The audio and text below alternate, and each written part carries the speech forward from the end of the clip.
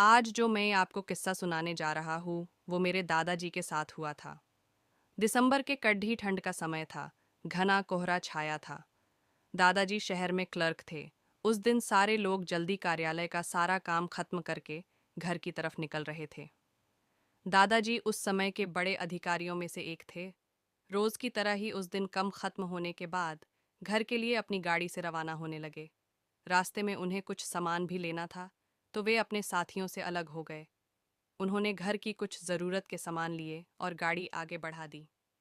आगे जाने पर उन्हें कुछ मछली बाजार दिखा और वे मछली खरीदने के लिए रुक गए। ताज़ी मछलियाँ लेने और देखने में टाइम ज़्यादा ही गुजर गया। उनकी जब अपनी घड़ी पर नज़र गई तो उन्हें आभास हुआ कि आज तो घर जाने में बहुत देर हो जाएगी और ये सब लेकर घर पहुंचने में काफ़ी समय लग जाएगा। फिर यही सब सोचकर उन्होंने सोचा कि क्यों ना जंगल के रास्ते से निकला जाए, तो जल्दी पहुंच जाऊंगा। तो उन्होंने अपना रास्ता बदला और जंगल की तरफ अपनी गाड़ी को घुमा लिया। रात के 10 बज चुके थे। गाड़ी तेज रफ्तार से आगे बढ़ रही थी। तभी अचानक तेज ब्रेक के साथ गाड़ी को रोकना पड़ा। उनकी गाड़ी के आगे एक औरत जोर जोर से रो रही थी। उन्होंने सोचा, इस वीराने में ये औरत क्या कर रही है। उन्हें लगा कि कोई मजदूर की पत्नी होगी जो नाराज होकर घर छोड़कर जेनंगल में भाग आई हैं। तो उन्होंने उससे पूछा कि यहाँ जेनंगल में तुम क्या कर रही हो। लेकिन उसने कोई जवाब न देकर और जोर जोर से रोने लगी। सारे जंगल में उसकी सिसकियां गूंज रही थीं। फिर दादाजी ने पूछा, तुम्हारा घर कहाँ है? लेकिन वो कुछ भी ना बोली। तब दादाजी ने कहा कि आज चलो मेरे घर में रहना, सुबह अपने घर चली जाना। ये जंगल बहुत सारे जंगली जानवर से भरा है, रात भर यहाँ मत रुको। चलो, आज मेरे घर में सबके लिए खाना बना देना और कल सुबह अपने घर चली जाना। उसने ये सुना तो झट से तैयार हो गई और गाड़ी में पीछे की सीट पर बैठ गई। सिर में बड़ा सा घूंघट डालने की वजह से उसका चेहरा छिपा हुआ था। कुछ ही देर में गाड़ी घर के दरवाजे पे थी। घर के लोग कब से उनकी राह देख रहे थे। गाड़ी रुकते ही माँ ने पूछा, आज तो बहुत देर हो गई और सारे लोग आ भी चुके हैं। तब उन्होंने सारी बातें अपनी माँ को बताई और कहा कि आज खाना इससे बनवा लो, कल सुबह ये अपने घर चली जाएगी। इतनी रात को बेचारी जंगल में कहाँ भटकती, इसलिए मैं ले आया। पर माँ को कुछ संदेह हो रहा था कि कहीं चोर तो नहीं है, रात को सोने के बाद या खाना बनाते समय कहीं घर के सामान ही चुरा कर ना ले जाए। पर बेटे की बात को कैसे माना करती। उन्होंने उस औरत को कहा, देखो आज तो मैं रख ले रही हूँ, लेकिन कल सुबह होते ही यहाँ से चली जाना और जाओ रसोई में ये सामान उठाकर ले जाओ और खाना बना दो। उसने फिर से जवाब नहीं दिया। बस हूँ की ध्वनि सी बाहर आई और वो सारा सामान लेकर माँ के पीछे पीछे चल दी। रसोई में सारा सामान रखवाकर माँ ने उसे खाना जल्दी बनाने की सख्त हिदायत दी और वहाँ से चली गई। लेकिन उनका मन कुछ परेशान सा था। फिर कुछ मिनट में रसोरे में उसे देखने चली गई कि वो क्या कर रही है और उसका चेहरा भी देखना चाहती थी। लेकिन वहाँ पहुंची तो देखा कि वो मछलियों का थैला निकल रही थी। उन्होंने बहुत ज़ोर से गुस्से में कहा, यहाँ सब खाने का इंतज़ार कर रहे हैं और तुम अभी तक मछलियाँ ही निकल रही हो।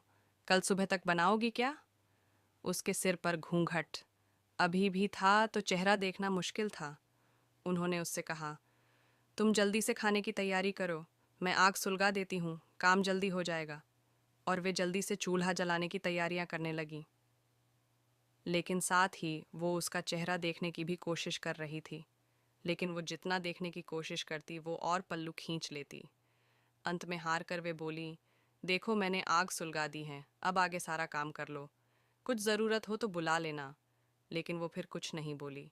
अब उन्हें लगा कि यहाँ से जाने में ही ठीक है, वरना मेरा भी समय खराब होगा और हो सकता है अनजान लोगों से डर रही हो।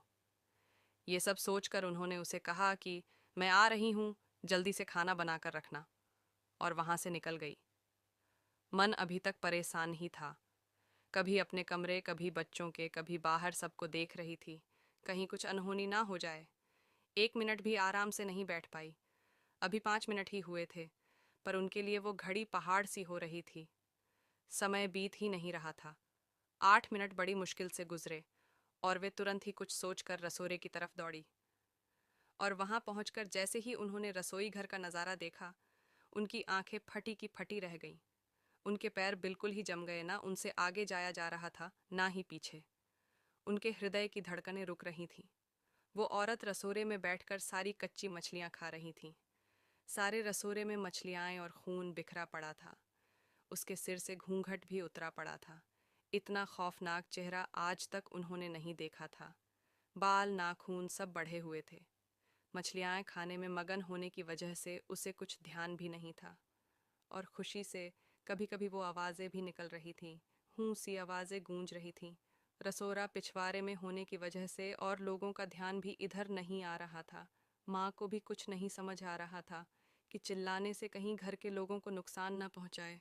वो चुड़ैल से अपने घर को कैसे बचाए उन्हें समझ नहीं आ रहा था। बस भगवान का नाम ही उनके दिमाग में आ रहा था। अचानक वे आगे बढ़ने लगी उसकी तरफ और झट से एक थाल लिया और चूल्हे की तरफ दौड़ी। उस चुड़ैल की नज़र भी माँ पर पड़ चुकी थी, सो वो भी कुछ सोचकर उठी अपनी जगह से। माँ कुछ भी देर नहीं करना चाहती थी। उन्हें पता था कि आज अगर जरा सी भी लापरवाही हुई तो अनहोनी हो जाएगी।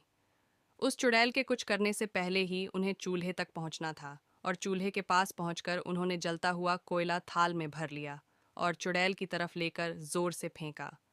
आग की जलन की वजह से वो अजीब सी डरावनी आवाज़ें निकालने लगी। अब तो उसकी आवाज़ें बाहर भी जा रही थीं। सारे लोग बाहर से रसोरे की तरफ भागे। वो चुड़ैल झोर झोर हूँ की आवाज़ निकाल रही थी और पूरे रसोरे में दौड़ रही थी और माँ को पकड़ना भी चाह रही थी। लेकिन अब सारे लोग रसोरे में आ चुके थे तो लोगों की भीड़ देखकर वो और भी डर गई थी। लोगों की भीड़ को ठेलती हुई वो बाहर जेनंगल की तरफ भागी और सारे लोग ये मंजर देखकर डरे साहमे से खड़े थे और मन ही मन माँ की हिम्मत की दाद दे रहे थे। तो ऐसे छूटा चुड़ैल से पीछा।